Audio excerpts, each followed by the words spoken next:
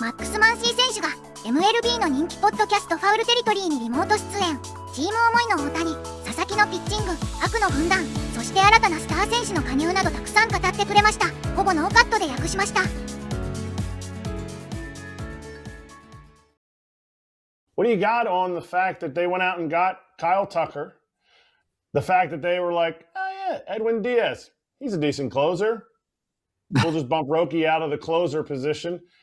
How is that received by your teammates? But also, how do you receive the negative backlash that everybody has brought about, all the evil empire and the Dodgers are ruining baseball and all that chatter?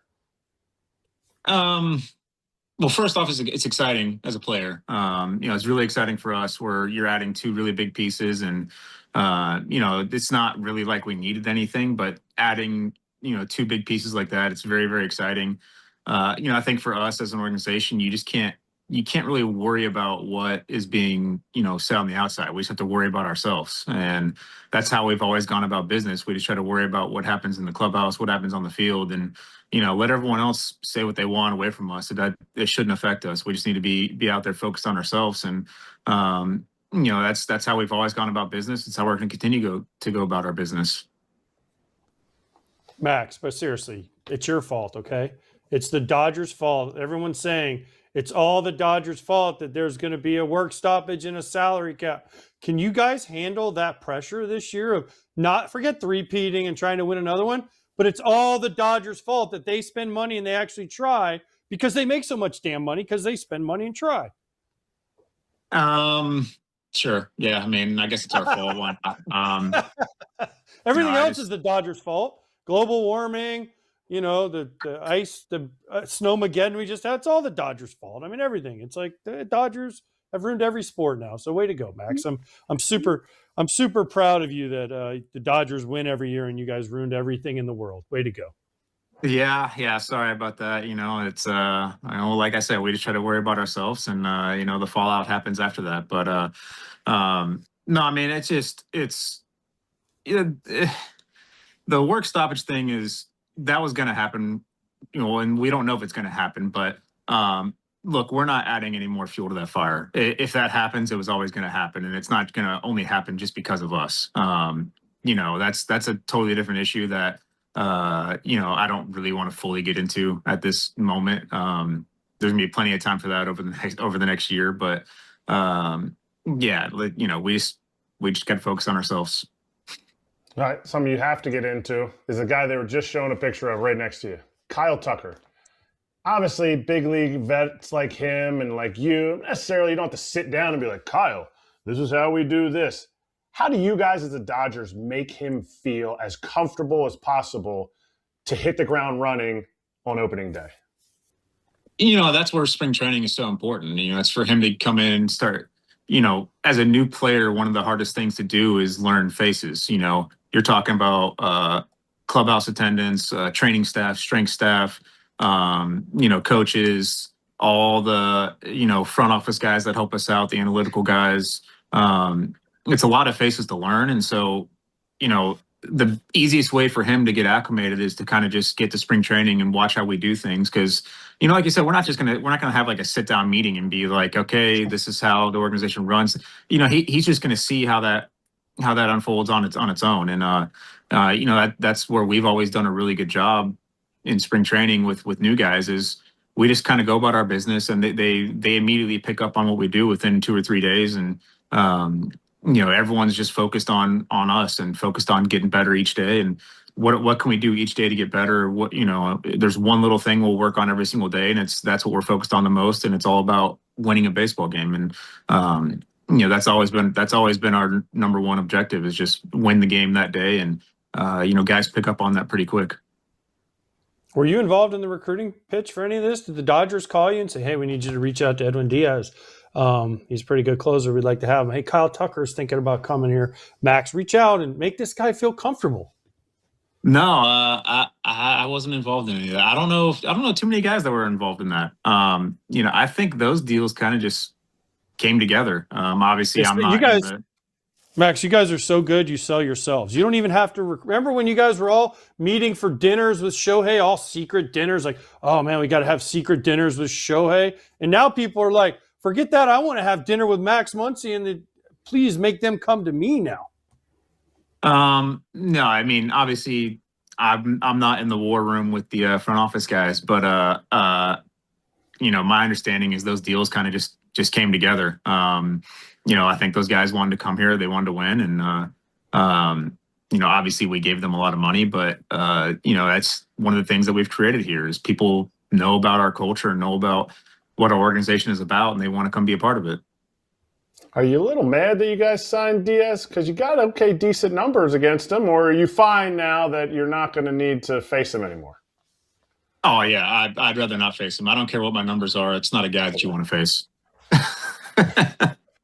Speaking of a guy that you don't ever have to face, and anybody has to face except for WBC guys, Kershaw. What do you think about him finally getting his chance to pitch in the WBC? Because from what we heard, it was insurance before that he wasn't able to participate, kind of like what's going on with Correa and Altuve right now.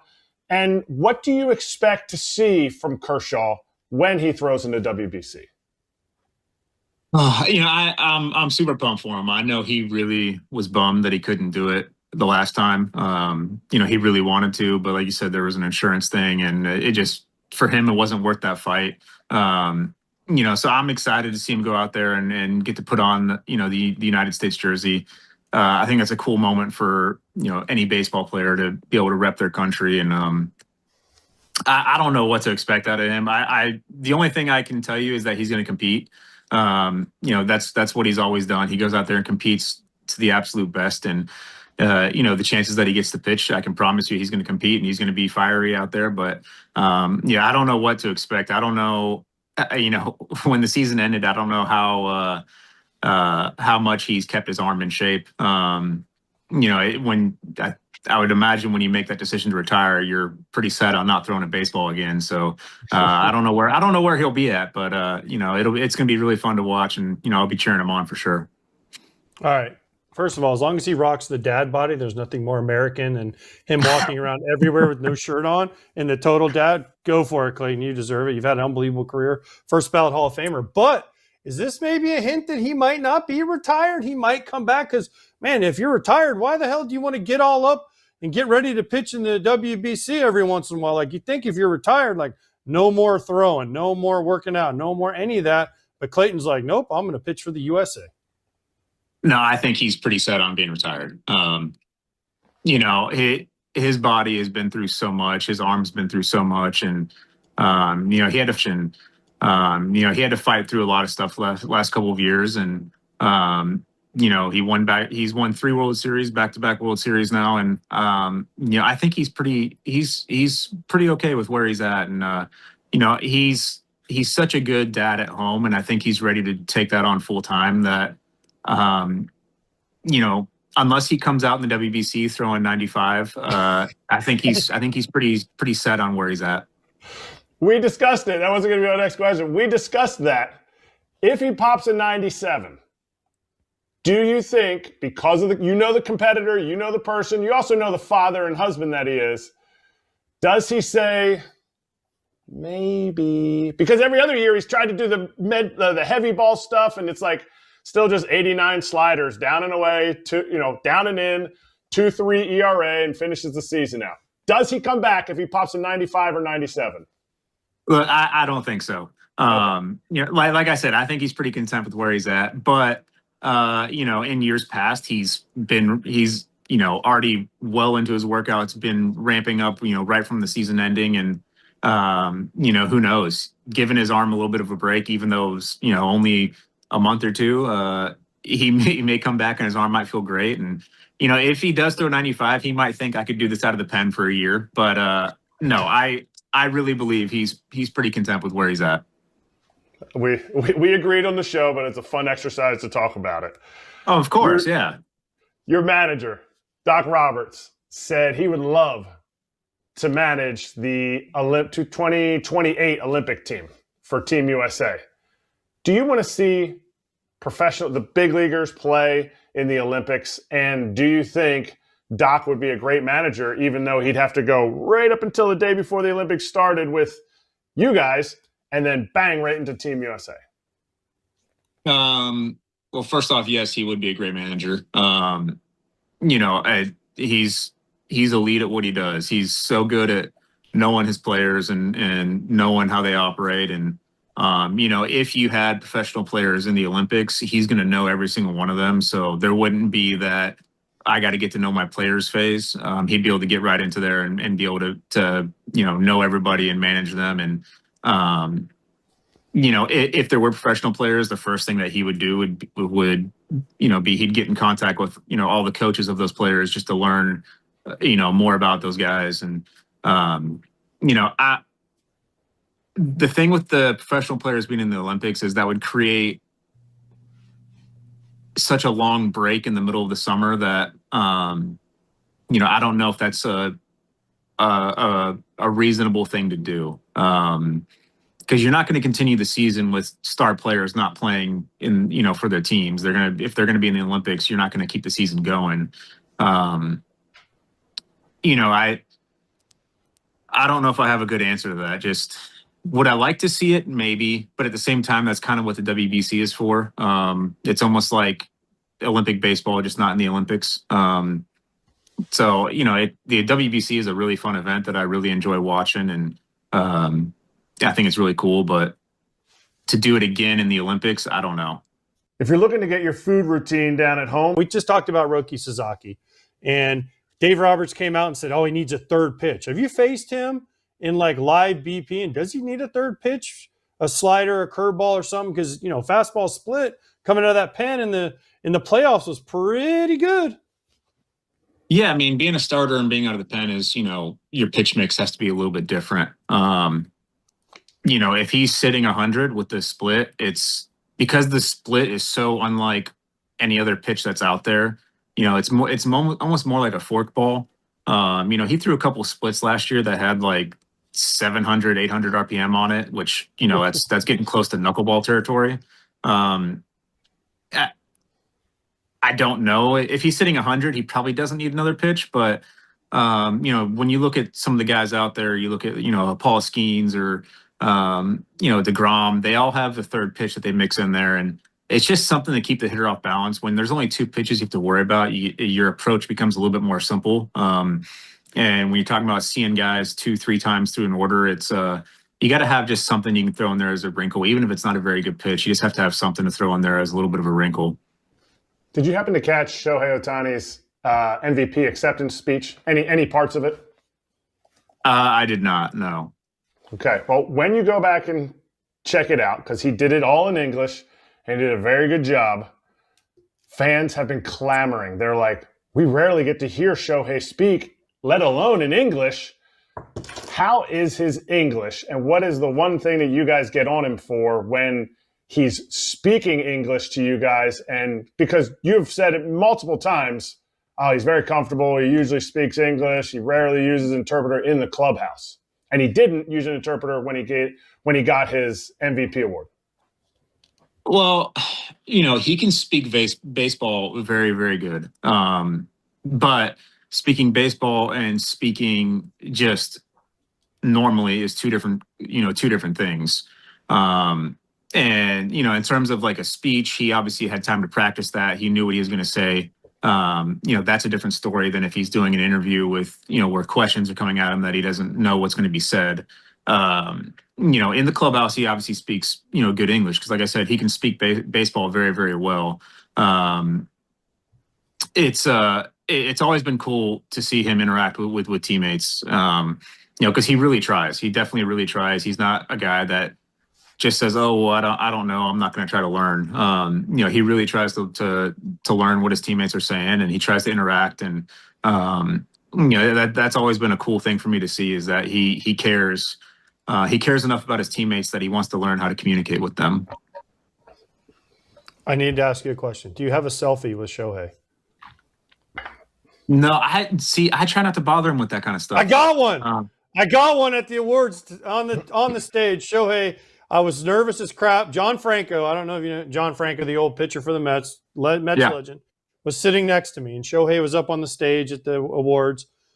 And John's like, "You think he'll take a picture?" And I was like, "I don't know. Let's go together. He won't say no to both of us, will he?" And so we just kind of ran up there real fast, and we got him real quick, John and I. Hey. And so now the next question is, if I bring a copy of that to spring training, will he sign it for me? Probably not. No, I mean, like I said, all my teammates, they get bugged so much with that kind of stuff that I've never tried to be one to ask them for anything. Listen, Max, it was a once in a lifetime shot, so I took the shot. Okay, just because. Hey, you have to. Yeah, there it is. There you go. Look, I mean, when are you going to get a picture with you and Shohei and tuxedo? I mean, that was my shot, so I took it. I took my shot. And you're dressed up nice. Look, it's going to look good hanging up in the office, right? Right now, just think if I sign it, it goes down in value. If he signs it, it goes like way up in value. Even if he writes to AJ, I can take a little something and wipe that off with. Man, I could sell that for like $1. Well, I wouldn't put that out there for him to hear. You're going to wipe off. First of all, I would never do any of that. So let's just understand. I would never do any of that. I just want people to know that. Max, who gets bothered the most? There are many famous teammates at this point. Who gets bothered the most for requests, photos, whatever else that pops up at the ballpark each day?